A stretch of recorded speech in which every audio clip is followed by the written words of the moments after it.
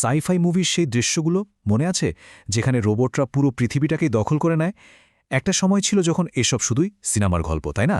কিন্তু এখন কৃত্রিম বুদ্ধিমত্তা বা এআইয়ের এই যে অবিশ্বাস্য অগ্রগতি, তাতে সেই কাল্পনিক ভয়টাই কিন্তু এখন বাস্তব আলোচনার বিষয় হয়ে দাঁড়াচ্ছে। তো মূল প্রশ্নটা তাহলে কি? কল্পবিজ্ঞান কি আসলেই সত্যি হতে চলেছে? আজকের এই আলোচনায় আমরা ঠিক এই প্রশ্নটাকেই কেন্দ্র করে বোঝার চেষ্টা করব যে এআই মানব সভ্যতার জন্য আদৌ কোনো হুমকি কিনা। চলুন বিষয়টা একটু তলিয়ে দেখা যাক। কিন্তু হঠাৎ করে এই প্রশ্নটা এত জরুরি হয়ে উঠল কেন? কারণটা খুব সোজা।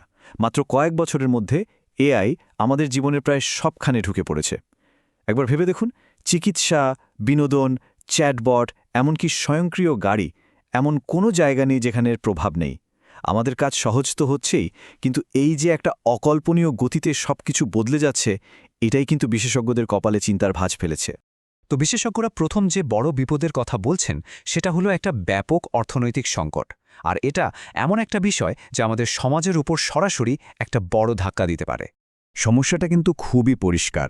একবার ভাবুন তো, যে কাজগুলো করতে মানুষের বুদ্ধি লাগে, যেমন ধরুন লেখালেখি, ডিজাইন বা কোডিং, সেই কাজগুলোই যখন একটা মেশিন মানুষের চেয়েও নিখুঁতভাবে করতে শুরু করবে, তখন কি হবে? কোটি কোটি মানুষ যদি তাদের চাকরি হারিয়ে ফেলে, তাহলে পরিস্থিতিটা ঠিক কেমন দাঁড়াবে ভাবা যায়? আর এর পরের ধাপটা তো আরও ভয়াবহ। ব্যাপক বেকারত্বের সরাসরি ফল কি হতে পারে? সমাজে তৈরি হতে পারে একটা চরম অস্থিরতা। যখন এত এত মানুষ একসাথে কর্মহীন হয়ে পড়বে, তখন আমাদের পুরো সামাজিক কাঠামোর ওপর একটা প্রচণ্ড চাপ তৈরি হবে। আচ্ছা, অর্থনৈতিক ঝুঁকি তো গেল, এবার চলুন আরেকটা দিকে তাকাই, একটা সামাজিক ঝুঁকি, আর সেটা হলো সত্যের সংকট। এআই কিভাবে আমাদের সত্য আর মিথ্যার ধারণাকে পুরোপুরি নাড়িয়ে দিতে পারে, সেটা ভাবলে অবাক হতে হয়। এই সংকটের মূলে আছে ডিপফেকের মতো প্রযুক্তি। এখানে কি করা হয়? একটা এআই সিস্টেমকে লক্ষ লক্ষ আসল ছবি বা ভিডিও দেখিয়ে এমনভাবে ট্রেনিং দেওয়া হয় যে সে নিজেই একেবারে নিখুঁত নকল কন্টেন্ট তৈরি করতে পারে। আর সবচেয়ে ভয়ের কথা হলো, এই নকল ছবি বা ভিডিও আসলটার থেকে আলাদা করাটা প্রায় অসম্ভব হয়ে পড়ে। এই কথাটা সত্যি ভাবার মতো। একবার কল্পনা করুন তো, নির্বাচনের ঠিক আগে কোনো একজন রাজনৈতিক নেতার একটা ভুয়া ভিডিও বাজারে ছড়িয়ে পড়ল, যেখানে তাকে এমন কিছু বলতে দেখা যাচ্ছে যা তিনি আসলে কখনোই বলেননি। এর ফলে সমাজে যে বিশৃঙ্খলা তৈরি হতে পারে, সেটা সামাল দেওয়া কিন্তু প্রায় অসম্ভব হয়ে পড়বে। আর এখন আমরা আরও গুরুত্বপূর্ণ একটা বিষয়ের দিকে এগোচ্ছি। সামাজিক ঝুঁকির পর এবার আসছে জীবন মরণের ঝুঁকি। মানে যুদ্ধের ময়দানে যদি এমন সব ড্রোন বা রোবট চলে আসে যারা নিজে থেকেই শত্রু চিহ্নিত করে আক্রমণ করার সিদ্ধান্ত নিতে পারে, একবার ভাবুন তো, পৃথিবী তখন এক চরম অনিশ্চয়তার মধ্যে পড়ে যাবে, কারণ এখানে চূড়ান্ত সিদ্ধান্ত নেওয়ার জন্য কোনো মানুষ থাকছে না। আর এখানেই কিন্তু সবচেয়ে ভয়ঙ্কর প্রশ্নটা উঠে আসছে। মানুষের কোনো নিয়ন্ত্রণ ছাড়াই এই অস্ত্রগুলো যদি কোনো একটা টেকনিক্যাল ভুল বা একটা ভুল অ্যালগোরিদমের কারণে সক্রিয় হয়ে যায়, তাহলে ফলাফলটা যে কি পরিমাণ ভয়াবহ হতে পারে তা হয়তো আমরা কল্পনাও করতে পারব না।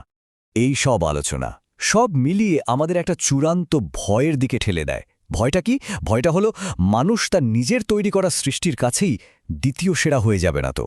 দেখুন, শুধু সাধারণ মানুষ নয়, বিশ্বের বড় বড় বিজ্ঞানী আর প্রযুক্তিবিদরাও কিন্তু চিন্তিত। স্টিভেন হকিং বা ইলন মাস্কের মতো ব্যক্তিত্বরা এই সুপার ইন্টেলিজেন্স বা অতি বুদ্ধিমত্তা নিয়ে বারবার আমাদের সতর্ক করেছেন। তাদের মতে এটা মানব অস্তিত্বের জন্যই সবচেয়ে বড় হুমকি হয়ে দাঁড়াতে পারে। আর এটাই তো আসল প্রশ্ন, তাই না? একটা অতি বুদ্ধিমান সত্তা, যেটা প্রায় সব দিক থেকেই মানুষের চেয়ে এগিয়ে, সে কি তার স্রষ্টার অর্থাৎ মানুষের কথা শুনবে, নাকি সে তার নিজের লক্ষ্য পূরণ করতে গিয়ে মানুষকে একটা বাধা হিসেবে দেখা শুরু করবে? সত্যি বলতে এই প্রশ্নের উত্তর এখন আমাদের কারোরই জানা নেই। তাহলে কি সব আশা শেষ? এসব ঝুঁকির কথা শুনে তো সেটাই মনে হতে পারে, কিন্তু না, ব্যাপারটা ঠিক তেমন নয়। এখন ফোকাসটা সমস্যা থেকে সরিয়ে চলুন আমাদের সিদ্ধান্তের ওপর নিয়ে আসা যাক। একটা খুব গুরুত্বপূর্ণ কথা হলো, এআই বা কোনো প্রযুক্তি নিজে থেকে ভালো বা খারাপ নয়। আসল প্রশ্ন হলো, আমরা এটাকে কিভাবে তৈরি করছি আর কিভাবে নিয়ন্ত্রণ করছি।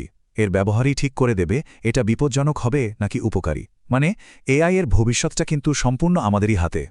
দেখুন, আমাদের সামনে দুটো পথ খোলা আছে, দুটো সম্পূর্ণ ভিন্ন ভবিষ্যৎ। যদি আমরা সঠিক নিয়মকানুন আর নিয়ন্ত্রণ ব্যবস্থা তৈরি করতে পারি, তাহলে এআই হতে পারে মানবজাতির সেরা বন্ধু।